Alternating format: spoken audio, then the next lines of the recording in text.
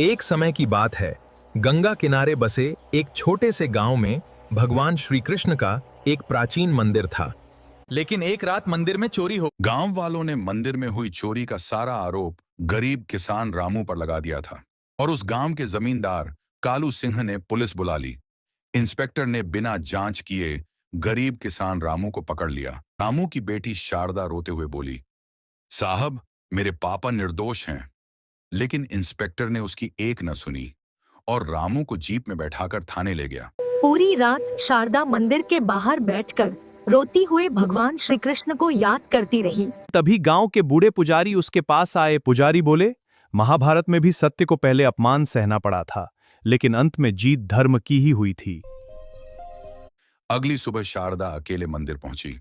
वह भगवान की आराधना करने लगी। ओम कृष्णा। तभी उसे गाड़ी के पहियों के निशान दिखाई दिए। शारदा तुरंत समझ गई कि जरूर ये चोरी किसी बड़े आदमी ने की है। उसे याद आया कि ऐसी बड़ी गाड़ी गांव में सिर्फ जमींदार कालू सिंह के पास है। तभी उसे मिट्टी में एक पुराना ताबीज मिला। उसने वो ताबीज मंदिर के पुजारी जी को दिखाया। ताबीज देखते ही पुजारी डर गए।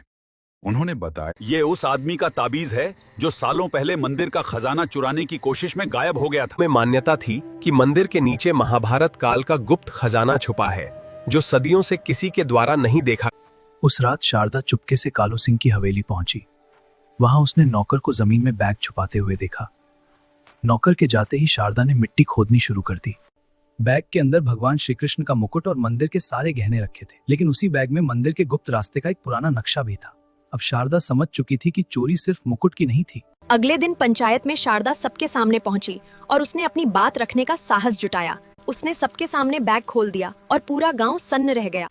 उसी समय गांव वालों ने पुलिस बुला ली और जमींदार कालू सिंह और उसके नौकर को गिरफ्तार करा दिया। लेकिन जाते जाते कालू सिंह जोर से हंसा और बोला, मंदिर का असली रहस्य अभी बाकी है। और तभी मंदिर की घंटियां अपने आप बजने लगीं।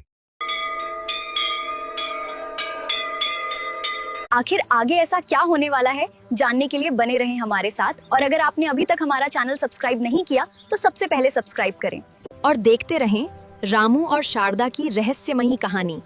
ये किस्सा है उस पुराने घर का जहां आज भी राज दबे हैं।